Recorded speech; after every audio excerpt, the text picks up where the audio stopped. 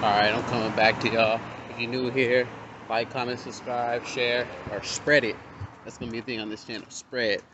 Spread it wide. Spread it plain wide. Uh, yeah, me and my whole brother came up with that spread. We have people on it. Just a quick lesson for y'all. I might introduce my whole brother at some point in this channel if his cat ass ever answers the phone or actually wants to link up. But, alright, back because it was very concerning about what I saw. I was watching one of Tim True videos, and it was about these tests. And what I was really mad about was that I didn't do more research into what they were, because the fact of the matter is I had experience with these tests and some of this technology all the way back in high school, because I was a biotech student my junior and senior year. So I was actually very aware about what these tests were for and what this technology could do, and that we had access to this like back in 2009, 2010. So just think about what we were doing before then. And like that's when it was just like getting on the roll when GMOs started coming out. That's when I started studying all that stuff.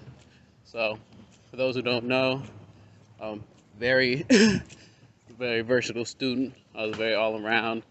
I was very, especially at science and math, like I was a biotech student, so it's kind of easy for me to spot certain things. But when I learned what kind of test was being done on people, I instantly knew that they was faking. Like instantly, I was like, oh, if I would have known that, I would have been telling everybody like I was doing this shit in high school. This is not what this is for. Like, so what is really going on? You know what I mean? So, like, and my background in science is why I know certain truths about what's going on in the world, and that I think I'm gonna take us off a little curve for a bit and talk about how what happens. Like we were doing inserting genes in my biotech class, which is also why I know that we're on a stationary plane. Is because what we would do so we could open up the DNA to be able to insert that gene in there is that we would spin it, and we would spin it at a speed less than 1,000 miles per hour. So at a certain point, your DNA will rip open, and if you're going like really fast, just think about that. So that's just something, food for thought.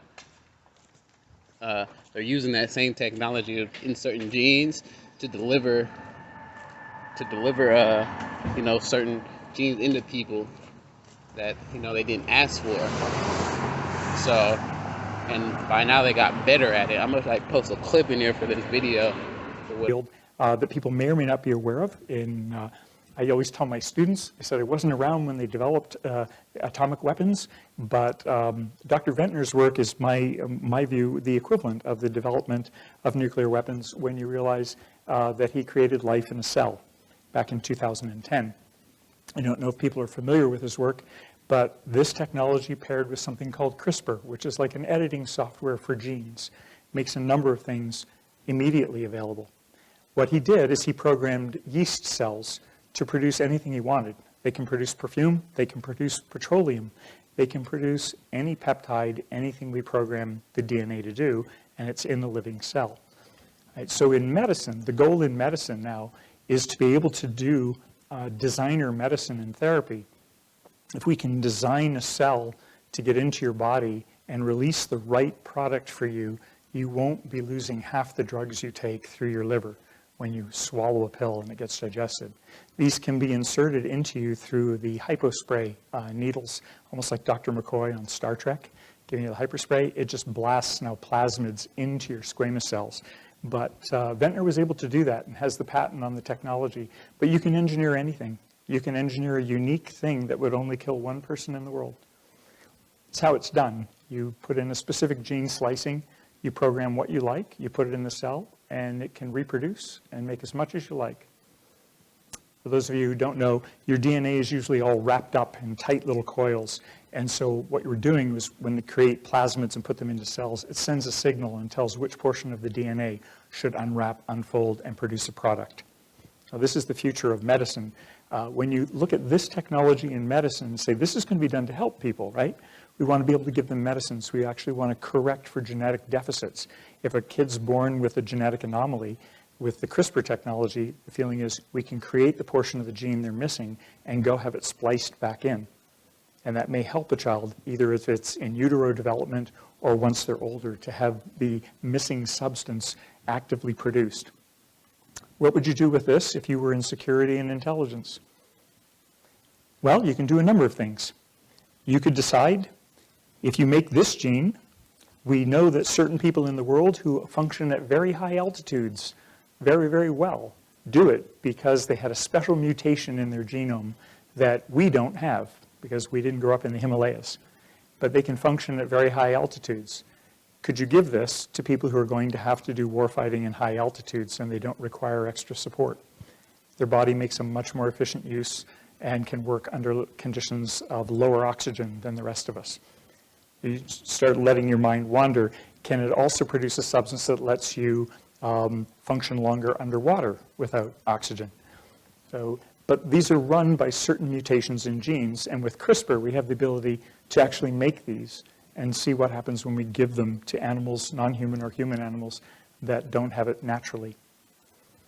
You could have the Forrest Gump gene. You guys have been tracking. There's a gene that just makes you stronger. I would say that most of this technology is probably going to be employed by a state and not non-state actors because it's quite technical.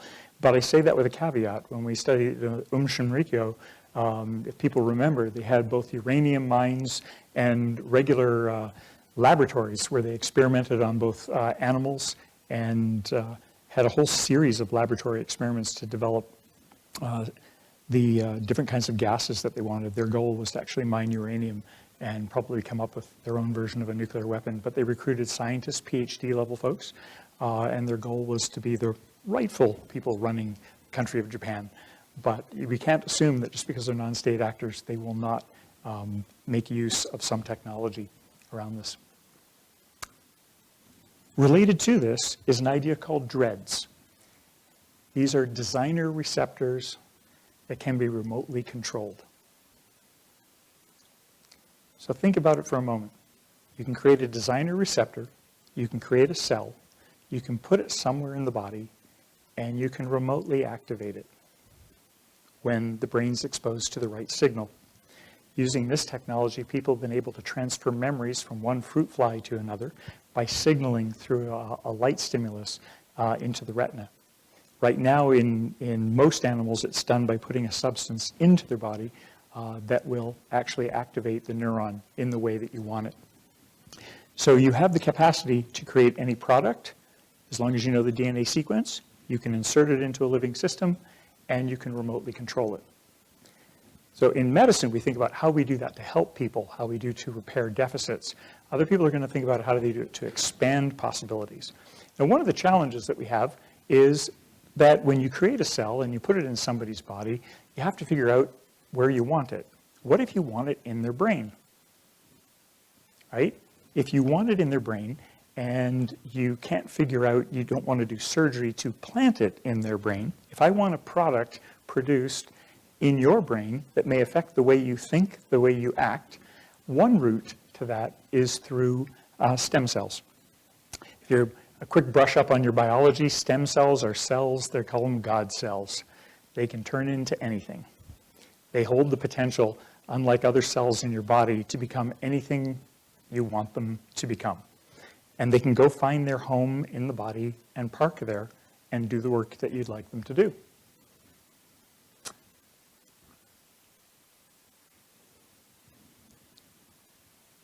You can infuse them, and they will find their way into the brain.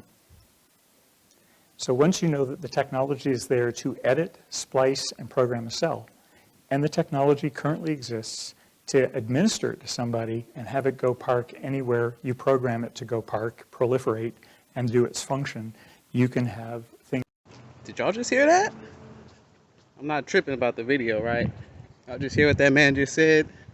Like, forget all this medicine, this is for medicinal use to help everybody. No, forget all that. Did y'all hear the stuff he snuck in? That you could use this to kill a person? Like, people gotta wake up to what's going on here and the technology they're using to basically eradicate us. So, I just hope y'all pay attention. If y'all know anything about the Carnegie Foundation, about Rockefeller, and about the Flexnor report. That's very important. Y'all need to look those things up. I'm gonna post a video about it soon enough. But back to it. And work on the set, nigga. This OG Westside Compton Crip Skylark. Icky blicky, y'all stay with it. You hear me? But I'm finna show y'all how to really go. Look, bop, bop, bop. Ooh. Icky blicky, y'all stay with it. I'll bang it down. Every beat I'm on, stay hit. Go crazy. They gon' need a mop, cause I stay drip. Wipe me down. Bank account almost 8 digits. I'm stumbling out the club cause I stay sipping. You ain't my child, I can't play with you. If